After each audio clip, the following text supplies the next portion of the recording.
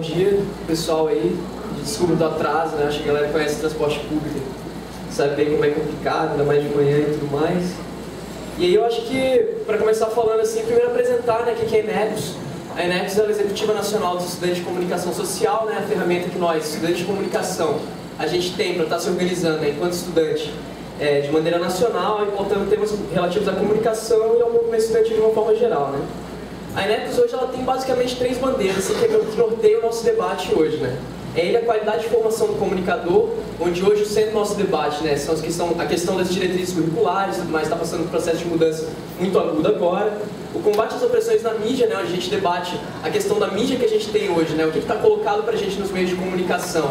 E a questão da opressão, né, como é que ela é veiculada e como é que ela transpassa por esses meios.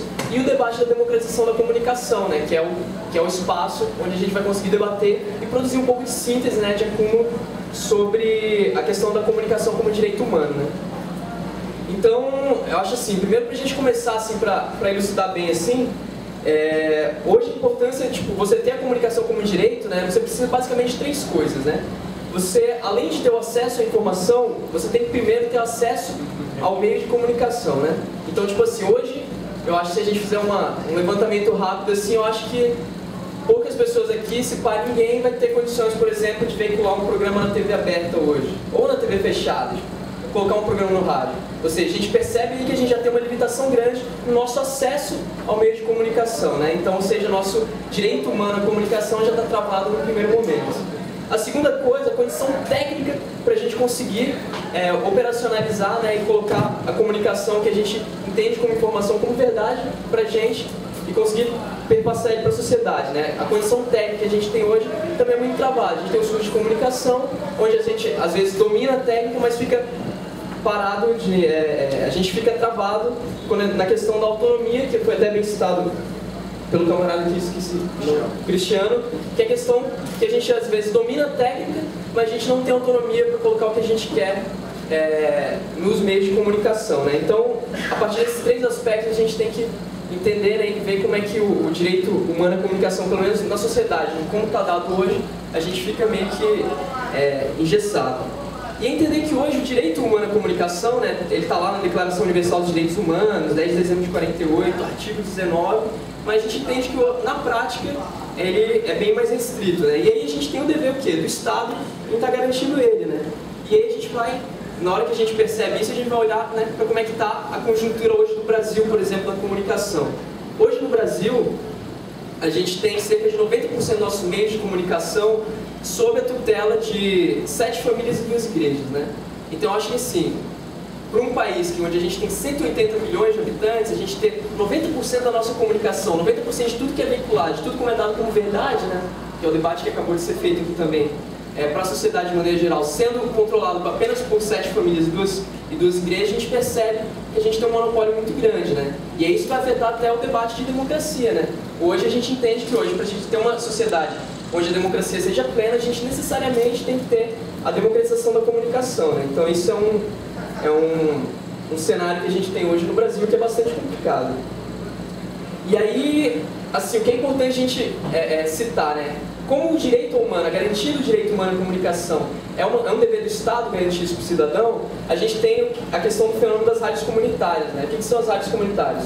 Hoje a rádio, ela costuma ser tipo a ferramenta, o mecanismo que a sociedade tem, comunidades menores e tudo mais, tem como principal para conseguir se organizar e colocar a sua comunicação, colocar o que está acontecendo, conseguir estar se organizando, né, dentro da sociedade.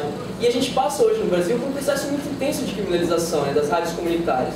Assim, eu acho que, para a gente ter uma ideia, por exemplo, a gente teve um número grande de fechamento de rádios comunitárias durante o governo PSDB, do FHC, e a gente, incrivelmente, parece engraçado, mas durante o governo Lula a gente teve fechamento ainda maior, né? Segundo números da Abraço, Associação Brasileira de Rádios Comunitárias. Então a gente percebe que hoje a rádio comunitária, né, ela passa por um processo de criminalização, e aí você vai ver matéria do Fantástico falando que a rádio comunitária derruba avião, você vai ver a questão de até coisas mais absurdas, assim, que a rádio comunitária tá ligada ao tráfico dentro das favelas e tudo mais. Então você tem um processo de criminalização e hoje a ferramenta que a gente teria, né, o mecanismo que a gente teria, que a sociedade teria para estar democratizando de maneira mais simples, né, de maneira mais autônoma e tudo mais dentro da sociedade, a gente passa hoje também por um processo bem complicado.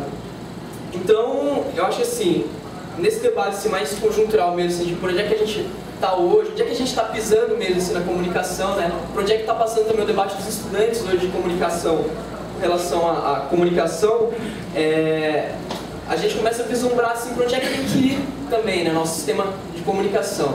Então, pelo menos assim, para a gente ter NERDs, a gente entende hoje que o sistema de comunicação que a gente tem no Brasil, ele só vai ser realmente democrático quando a gente tiver um sistema público de comunicação.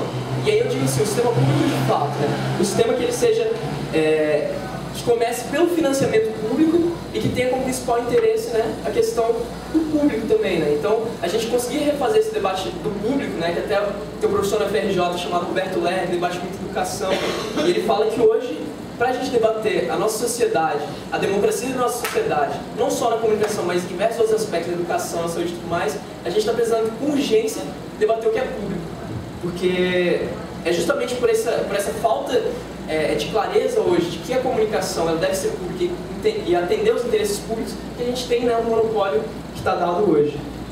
Então, basicamente, além da questão da gente conseguir garantir o sistema público de comunicação, é importante garantir o que também dentro dos nossos veículos de comunicação, a questão do combate às opressões na mídia, né? Como eu falei no início, o debate de opressões hoje é um debate central da nossa executiva, né? E aí você vê, por exemplo, tipo a questão da publicidade infantil, né? A publicidade infantil hoje ela é muito problemática e a TV e a comunicação que a gente tem hoje tem piorado, tem agravado esse cenário, né? A questão dos negros, a questão dos homossexuais, a questão da mulher, a questão das drogas, né?